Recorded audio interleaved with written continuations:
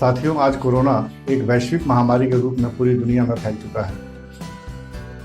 जिनको यह बीमारी हो चुकी है उनका इलाज चल रहा है सिम्टोमेटिक ट्रीटमेंट के आधार पर, और जिनको यह बीमारी नहीं हुई है उनको बचाने के लिए सिर्फ एक ही रास्ता है जिस पर सभी डॉक्टर सहमत हैं कि किसी भी तरह से मानव के प्रतिरक्षा तंत्र यानी कि इम्यून सिस्टम को इतना मजबूत कर दिया जाए ताकि वह कोरोना या कोविड-19 के वायरस से लड़ने में सक्षम बन सके।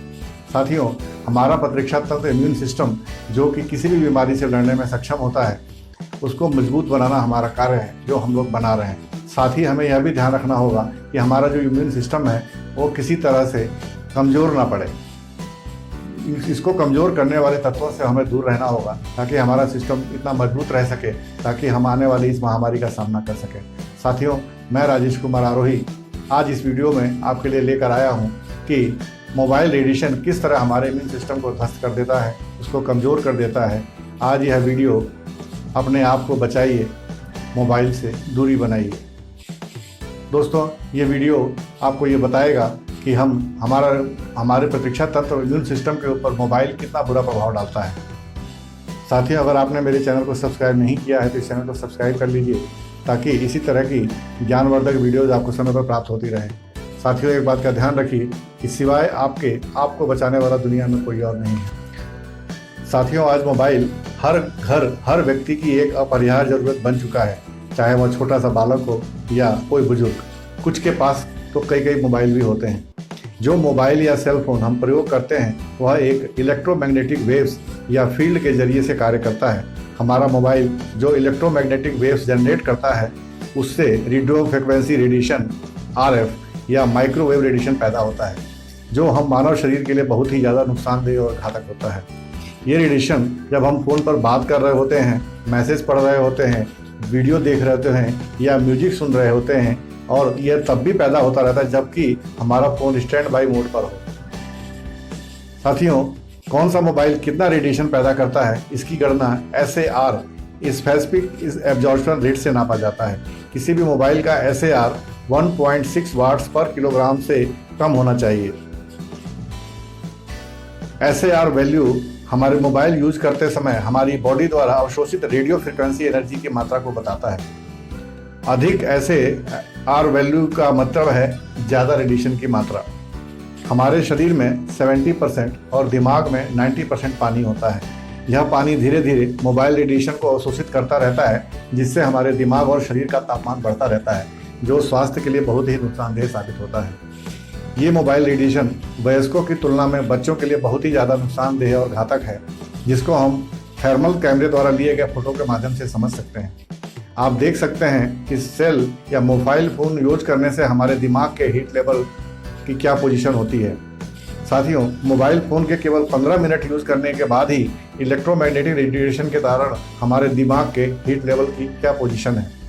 थर्मल कैमरे द्वारा दिए गए इस फोटो में आप देख सकते हैं कि 5 वर्षीय बच्चे, एक 10 वर्षीय बच्चे और एक वयस्क के द्वारा केवल 15 मिनट की बातचीत में कितना हीट अवशोषित कर लिया जाता है जो कि विभिन्न बीमारियों का कारण बनता है। ऐसा इसलिए होता है क्योंकि एक 5 वर्षीय बालक के खोपड़ी की हड्डी की मोटाई आधा मिलीमीटर, 10 वर्षीय बालक के खोपड़ी की हड्डी की मोटाई 1 मिलीमीटर और एक वयस्क के खोपड़ी की हड्डी की मोटाई 2 मिलीमीटर होती है। इसलिए छोटे बच्चों को मोबाइल से ज़्यादा दूर रखना बहुत ज़रूरी है। साथियों, मोबाइल रेडिएशन आपके एनर्जी लेवल को कम करके विभिन्न बीमारियों को निमंत्रित करता है।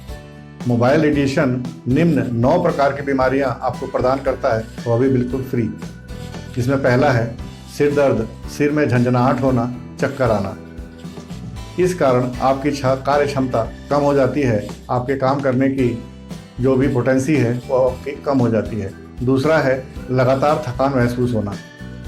मोबाइल रेडिएशन के कारण आदमी को लगातार बराबर थकान महसूस होता रहता है और यह धीरे धीरे क्रॉनिक फटीग सिंड्रोम की ओर बढ़ जाता है।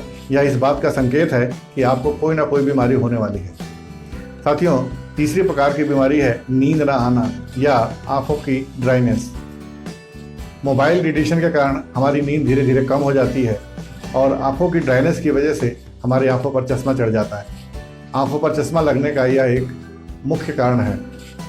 इसी प्रकार अगली बीमारी जो होती है वो होती है कानों का धीरे धीरे कम सुनाई देना, कानों में झंझनाहट होना।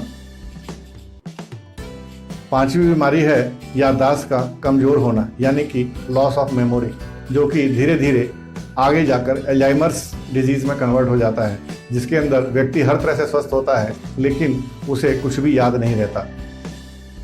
इसके अलावा अगली बीमारी है डिप्रेशन में रहना, यानी कि उत्साह में कमी, जिस कारण आप अपने संतुलित जीवन को जीने में असफल हो जाते हैं। इसके अलावा प्रजनन क्षमता में कमी आ जाती है। यह स्त्री पुरुष दोनों के सेक्सुअल पावर को कम कर देता है। इसके अलावा मोबाइल एडिक्शन की वजह से गर्भवती स्त्रियों में गर्भपात की संभावना बनी रहती है। और आखिरी है कैंसर, खास करके ब्रेन ट्यूमर, जो एक महामारी के रूप में आज हमारे देश में फैल रहा है। और हमारा देश ही एकमात्र ऐसा देश है जहां पर कैंसर ट्रेन चलती है। साथियों, मोबाइल पर रोजाना 30 मिनट से ज़्यादा बात करने पर ब्रेन ट्यूमर होने की खतरा 40% तक बढ़ जाता है। मोबाइल एडिक्शन से बचने का तरीका है कि आप ज़्यादा मोबाइल यूज़ करने की प्रवृत्ति को कम करें। जहाँ तक संभव हो सके लैंडलाइन से बात करें। जो काम टीवी या लैपटॉप से हो सकता है वो मोबाइल से करने से बचें। और मोबाइल एडिक्शन से बचने का एकमात्र तरीका है मोबाइल से बात करते समय ईयरफोन का प्रयोग। रिसर्च बताता है कि मोबाइल से आपके शरीर की दूरी 20 सेंटीमीटर से ज़्यादा होने पर 98% रिस्क कम हो जाता है। इसलिए अपने मोबाइल से पर्याप्त सोशल डिस्टेंसिंग बनाकर रखिए। साथ ही बच्चों को मोबाइल देते समय उसे एरोप्लेन मोड पर कर दें ताकि वह मोबाइल रेडिएशन से बच सके। साथियों, आशा है कि आप मोबाइल रेडिएशन के बारे में काफ़ी कुछ जान चुके हैं। मोबाइल यूज़ करिए मगर सावधानी के साथ।